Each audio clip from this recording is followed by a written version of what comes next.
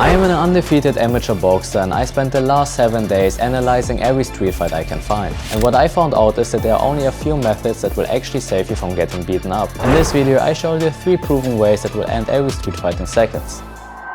And if you're new to this channel, this is me 4 years ago. I was skinny, shy and I didn't know anything about martial arts. Then I started to train boxing consistently. Now I am an undefeated amateur boxer in 7 fights. I have 6 wins, 1 draw and 0 losses, so I know what I'm talking about. I dedicated this channel to talk about my passion and to give you everything I know about boxing.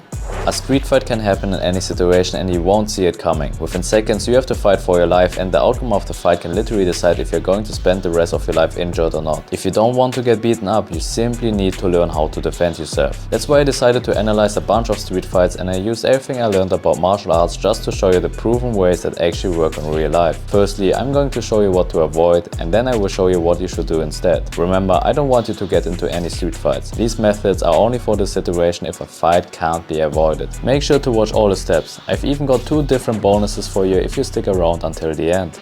Number 3. The right overhand.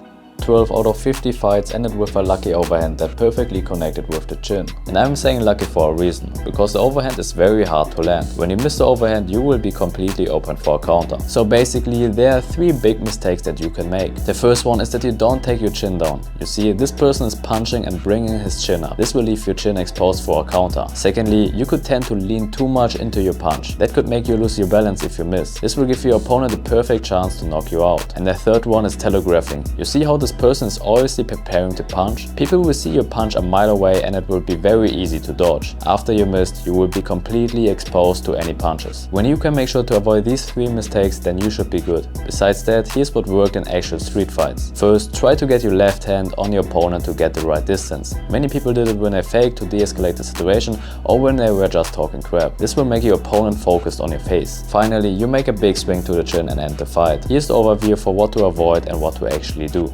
Number 2. Takedown and ground and pound.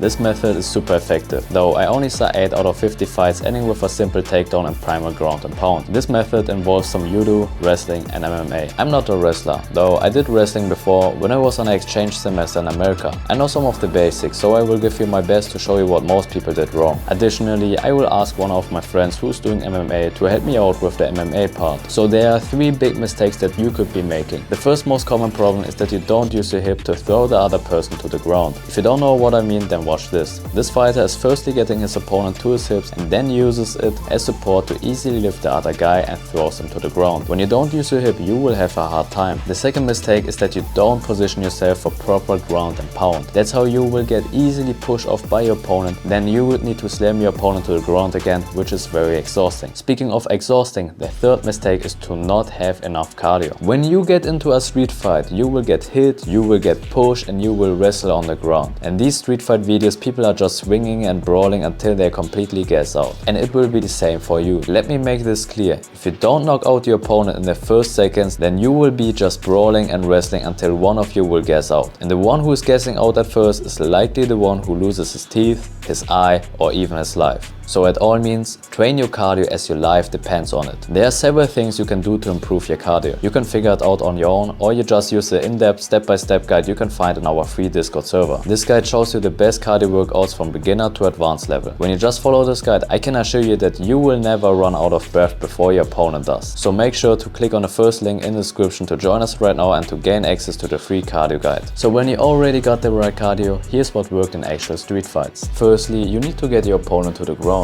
Many people did that by just pushing, others by lifting, but experienced fighters are always trying to go for a leg takedown or a hip throw. Right afterwards, make sure that you got your full weight on your opponent so he can stand up. Then do your ground and pound or switch to a choke to end the fight. Here's the overview for this method. Make sure to take a screenshot.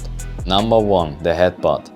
This can literally save your life because your opponent will not expect this move. In a street fight, everybody will just look for your hands. They want to check if you got any weapons or are preparing to throw a punch. But apparently what most people don't expect is that you can hit them with your head too. Also, when you do this correctly, your head will create enough force to surprise the other guy and to knock him out with only one hit. To be honest, the headbutt is very simple and there's basically only one big mistake that you could do. And the number 1 mistake is that you don't hit with your forehead. Your forehead is the hardest part of your skull, so always aim with your forehead head into the facial area of your opponent. Make sure to avoid this mistake and follow what worked in actual street fights. So as this guy from the channel Nick Drosso's defensive tactics describes, you can trick your opponent to set himself up for a headbutt. At first, talk in a lower voice. Your opponent will come closer because he can't understand you. That's how he will perfectly expose his facial area to you. Then you aim for his facial area and surprise him with a headbutt to knock him out. Again, here's the overview for this method. Make sure to save it for later.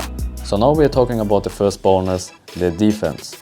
Remember, you're not the only one aiming to knock someone out. The guy you're fighting has one goal: to hurt you as fast and as hard as possible. He'll target your chin and swing with everything he's got. If even one punch lands clean, you're out and the fight is over. Here are the two biggest mistakes you might be making. First of all, you could forget about the fact that you can move. So many people were just standing on the same spot and begging to get knocked out. Make sure that you don't become one of them. Last but not least, you could let your hands down, which will automatically expose you to any swing of your opponent. Imagine when you would do both of these mistakes at once. Standing in the same place and leaving your hands down. It only makes sense that you get knocked out, but still 18 out of 50 were doing exactly that. For decent defense, you only need to take care of two things. Make sure that you're moving around your opponent and keeping your hands up. Here's how you can do this. Make sure you got enough space around you. Then slightly move backwards by circling around your opponent. Every time when he punches, move slightly back. When he gets too close and begins to swing at you, make sure that you got your hands up. I would even say to take your hands even higher than people would do in boxing. Protect your face with your full forearms because your forearms will cover more space than your hands. Take a screenshot of this method and save it for later.